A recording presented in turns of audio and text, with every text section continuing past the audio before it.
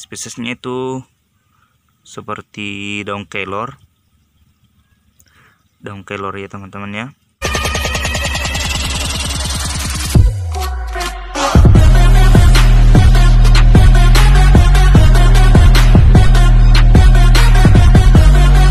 Assalamualaikum warahmatullahi wabarakatuh. Perkenalkan, nama saya Hasrul dan NIM 205119020, kelas pendidikan biologi 12, jurusan pendidikan biologi, Fakultas Tarbiyah dan Keguruan, Universitas Islam Negeri Alauddin Makassar. Jadi hari ini saya akan buat suatu video deskripsi tumbuhan paku dan tumbuhan lumut. Jadi spesiesnya itu ada 6 ya teman-teman, 3 Bryophyta dan 3 Pteridophyta. Kalau Bryophytanya itu Marsantia, Andrea dan Polytrichum. Kalau Pteridophytanya itu Adiantum, Lycopodium dan Marsilea. Saya mendeskripsikan ke-6 spesies ini, saya akan menunjukkan kepada kalian semua penonton ke video dokumenter mengenai habitat dan bentuk fisik dari 2 spesies yang akan saya jelaskan ini. Ini dia videonya. Baiklah teman-teman, jadi di sini saya sudah berada di tempat habitat asli dari tumbuhan paku-pakuan, di mana tempat ini ya pastinya lembab sekali karena banyak sekali di sini perairan. Di sini sangat banyak tumbuhan paku, jadi kita akan fokus saja mencari 6 spesies yang telah ditentukan. Baiklah teman-teman, jadi di sini saya menemukan spesies Adiantum ya, Adiantum radianum atau biasa disebut juga suplir. Ini dia teman-teman ya, spesiesnya. Spesiesnya itu seperti daun kelor ya teman-teman ya. Dan dia tuh habitatnya di tempat perairan seperti ini.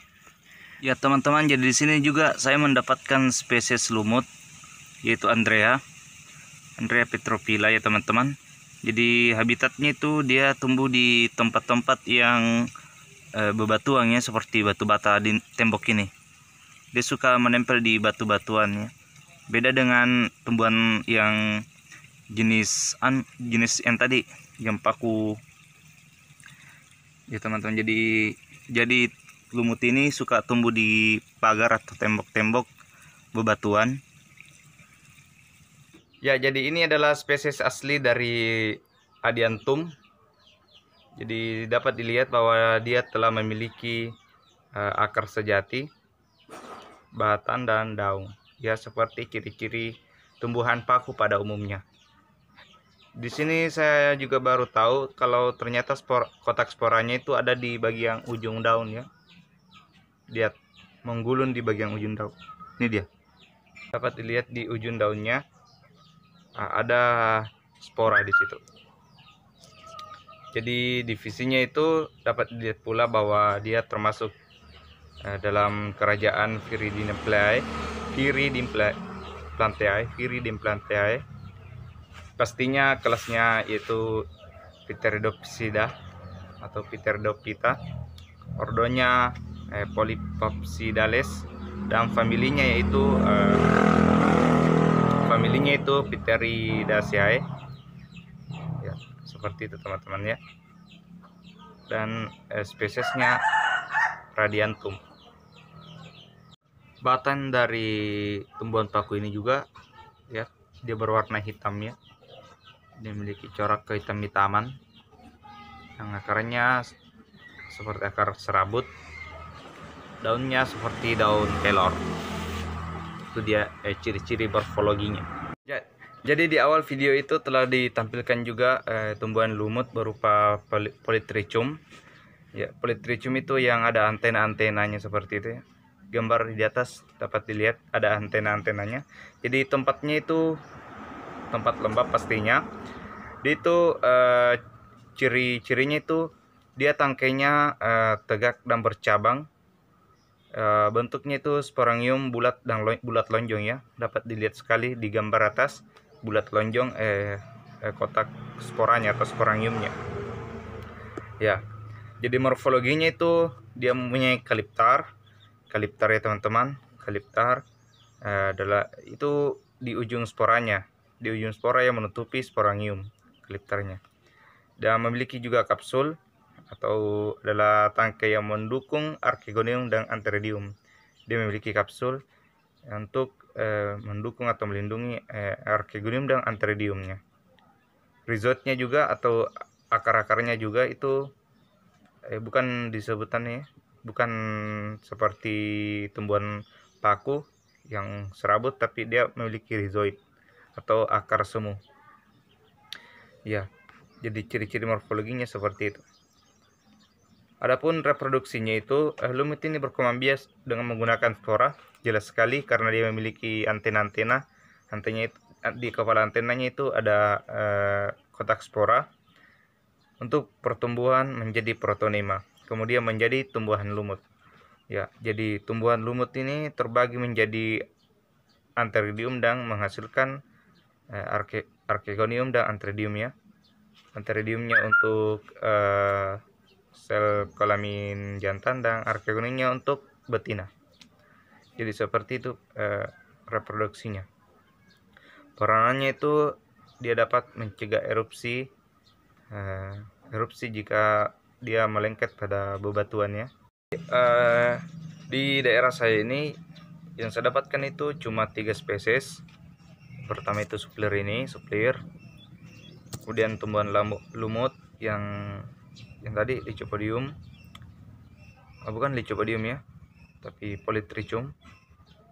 Yang saya herankan mengapa tempat seperti di daerah saya ini tidak bisa tumbuh lumut beraneka ragam, padahal tempatnya itu sangat mendukung loh, karena lembab dan perairan. Setelah saya telusuri apa penyebabnya, ternyata penggunaan racun atau pestisida itu sangat berpengaruh terhadap habitat lumut dan tumbuhan paku. Jadi tumbuhan Marselia itu yang bisa dijadikan sayur Marselia ya. Dulu itu di sini banyak sekali. Ya banyak sekali, tapi sekarang karena penggunaan pestisida akibat perikanan dan pertanian, habitat dari Marselia ini terganggu dan akhirnya punah di daerah saya. Ya, selanjutnya kita akan membahas tumbuhan paku Marselia ya. Jadi gambarnya ada di atas. Marselia itu ya gambarnya seperti ini. Marselia. Jadi dia itu dapat dijadikan sayur teman-temannya. Orang tua saya juga sering sekali menggunakan Marselia ini sebagai bahan pangan sayur karena katanya enak. Dan tumbuhan paku ini habitatnya berbeda dengan suplir ini ya teman-teman. Kalau suplir ini dia itu menempel di batuan atau tanah yang dekat-dekat air gitu. Kalau Marselia ini dia ini tumbuhnya di lumpur yang mengalir, lumpur yang ada airnya mengalir ya. Karena daerah saya juga banyak daerah-daerah lumpur yang ada airnya mengalir, tapi sayangnya tidak saya temukan Marselia ini ya. Jadi kita hanya menggunakan contoh dari internet untuk mendeskripsikan bagaimana morfologinya dan ciri-ciri fisik dari Marselia ini. Adapun klasifikasi dari tumbuhan paku Marselia crenata ini, itu kerajaannya masuk di plantae pastinya. Dia kelasnya Polypodiapsida dan keluarganya itu dia masuk famili Marsilaceae, marga Marsilae, dan jenisnya itu crenata ya, crenata ya. Ya, selanjutnya itu tumbuhan lumut Andrea ya, Andreaceae. Ya, jadi Andrea ini paling banyak sekali tumbuh di tembok-tembok. Sebenarnya di video pertama itu juga masuk Andrea, karena di samping video suplir itu di bawah tumbuhan suplir itu ada juga Andrea ya, yang video pertama. Jadi klasifikasinya itu masuk di dominan Eukaryota, di kerajaan plantae pastinya, divisi Bryophyta, dan dia masuk kelas Andreopsida, ordo Andreales, dan famili Andreaceae. Ya, jadi keluarga lumut daun ini atau Andrea ini memiliki 2 genus. Andrea memiliki 2 genus. dan sekitar 100 spesies. Oh, ternyata banyak jenis-jenis spesiesnya teman-teman ya. Dan reproduksinya seperti lumut pada umumnya, karena ya di ciri-ciri dan karakteristik lumut pada umumnya itu biasa digunakan Andrea sebagai selanjutnya saya akan membahas mengenai Lycopodium. Ya, Lycopodium adalah tumbuhan paku yang tidak tumbuh di daerah saya, karena saya temukan referensi bahwa Lycopodium ini dia itu habitatnya di daerah-daerah dingin ya, daerah dingin dan lembab seperti pegunungan, daerah-daerah Malino seperti itu. Karena dapat diketahui juga bahwa Lycopodium ini dia itu seperti morfologinya itu seperti bulu-bulu lap itu, ada benang-benang di ujung-ujungnya seperti benang-benang ya, jadi morfologinya seperti benang-benang itu ya, benang-benang halus di ujung-ujung.